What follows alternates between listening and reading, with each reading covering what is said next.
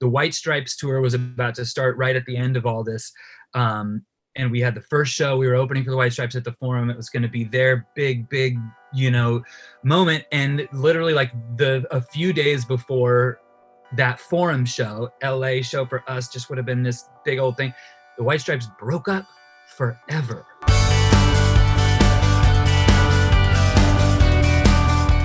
Hey everyone, it's your girl Emily Curl with iHeartRadio, and today we're hanging out with Nathan from Cold War Kids. Nathan, how are you? Good, thank you. Hi, Emily. I wanted to start off this interview. Can we talk about your girls? They're little rock stars in the making. They're so talented. I love seeing them on your IG. How fun is it to see them sort of embrace music and go into that world? It's so fun, and I actually need to post this one from the other day from a 4th of July family party that we went to, and my daughter sang Katy Perry Fireworks, and it was just so funny because I'm totally seeing myself in her, and she's really like me, where I'm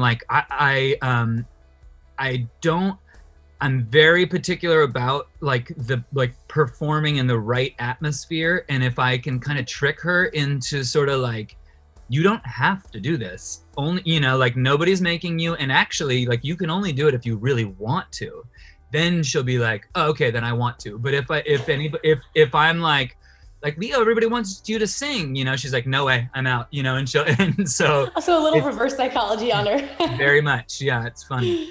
Now, I remember last time we spoke, you were, getting so much time at home with the family as you're ready to go on tour, which we're going to dive into that. How are you preparing to split that time? Is that going to be difficult for you to balance? Yeah, it's crazy because of how much, the last 15 years we've been on tour, and to have had this whole year at home, I think was an awesome experience, really, overall, aside from not being able to do what we do. But I think it really was awesome, a real kind of a blessing in disguise type of thing. I always thought to myself, will there ever be a time when we just take a year off of touring? And it's hard to do because, as any musician knows, you could reserve time that you're going to take off, but when if suddenly it's Lollapalooza, hey, somebody dropped off of this slot, you guys want it? It's so you just can't say no. It's too hard. So this was there is no options this year. So it was really, I think, kind of good,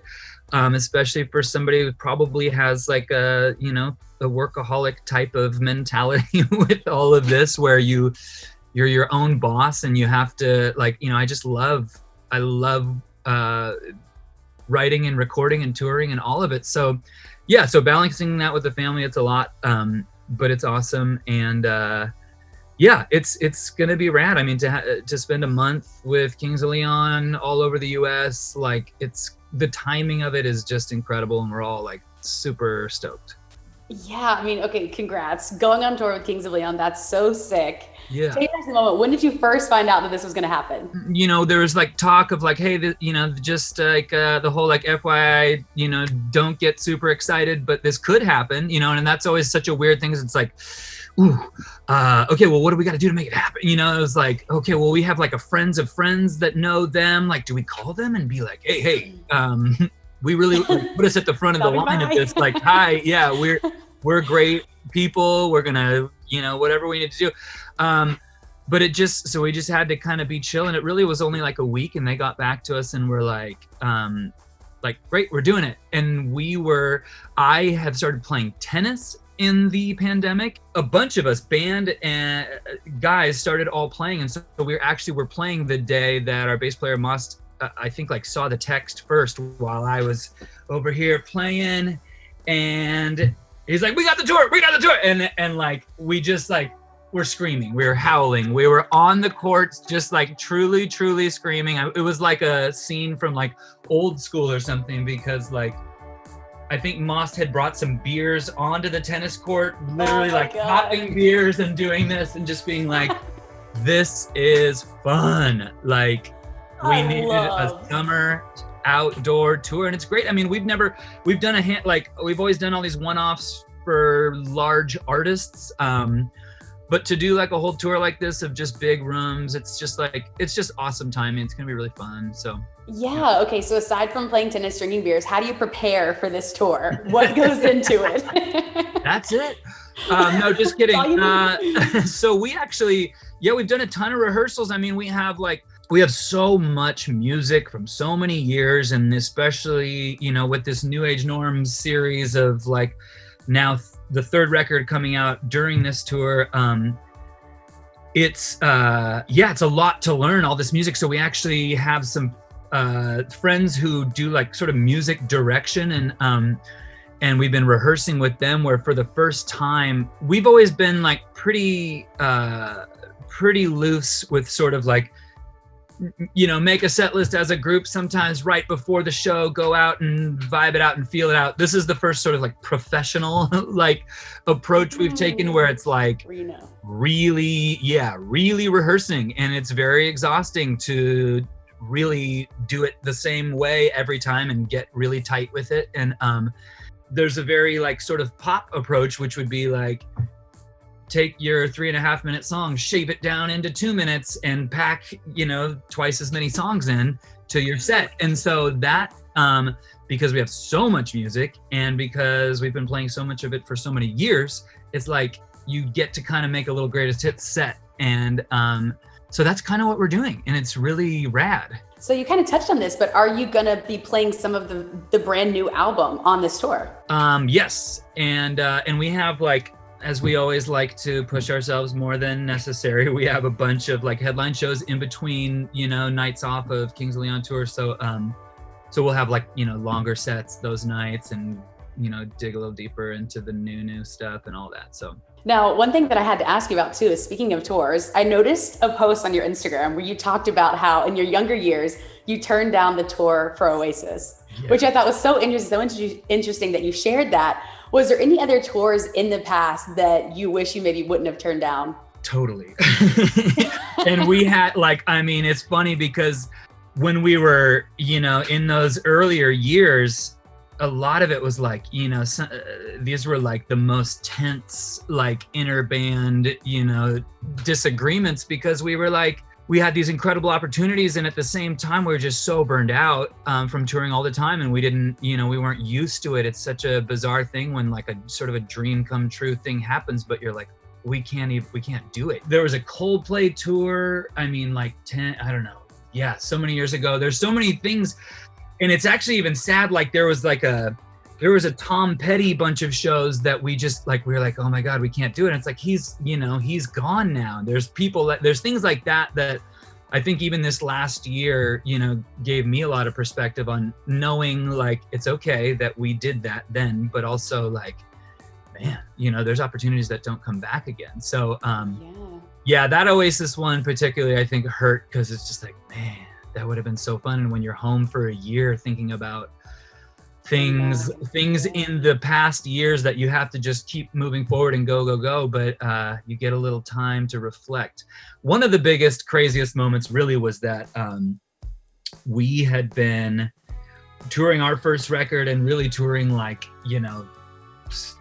year and a half straight, US into Europe and Australia and Japan, and we had the White Stripes tour was about to start right at the end of all this. And we had the first show, we were opening for the White Stripes at the Forum. It was going to be their big, moment. And literally a few days before that Forum show, LA show for us just would have been this big old thing. The White Stripes broke up forever, so it was just their band, from that moment, the White Stripes never existed again. And we adored them, and we were so excited to go on this tour. But at the same time, it was okay, we can sleep at home, Right. Yeah. So that was another strange, it's a mixed bag. Now, when you think about the tour ahead too, you've mentioned so many fun cities. What are you most looking forward to? Is there a city in particular you're really excited about? There is, let's see, there's Merriweather Post Pavilion is the venue in sort of Baltimore, DC area that is just a beautiful outdoor, a lot of these are beautiful outdoor venues, summertime, but they redesigned this whole venue, and there's a pool there, and everybody, you just kind of it's the vacation day of tour where everybody kind of hangs out. Yeah, that's a fun one to look forward to. You have the tour, new album. So Nathan, my last question for you is, outside of those two things that are so exciting, what are you most excited about in your life right now? I'm just excited to be doing this. I'm excited to be being able to write music as my job it's incredible. It's really, really awesome. And to be able to find new ways to do it and new people to do it with, it's really cool. Does this feel like a new chapter for Cold War Kids? Like, I know you talked about the reinvention and writing new music. Does this feel different? Yeah, totally. I mean, we're just so different than we toured with so many bands coming up that don't exist anymore. We've had we have like a total cult fan base, and then we've had total mainstream radio success. We exist in all these little worlds that are just so different than other artists and bands that I know. Like, I don't know who is quite in the same category as us. We're sort of like a little engine that just keeps going, and that is really like very successful on one hand, and then also sort of like a little secret on the other hand. And it's like we're sort of in this pocket that like is just like good. It's really good. It's not enormous. It's not huge. It's not like it's like it feels like our own thing. It's like it's really special. So I love that. Well, we're so excited for you, Nathan. Thank you so much for being here. Congrats on the new album. Congrats on the tour. Thank you. Hopefully next time we see you, it won't be through Zoom. It'll be in person now the world's opening back up. Yeah, but always so great to see you, and congrats again. Awesome. Yeah. Thank you. And thank you all for watching. Make sure you stream all of Cold War Kids music on iHeartRadio, and we will see you next time.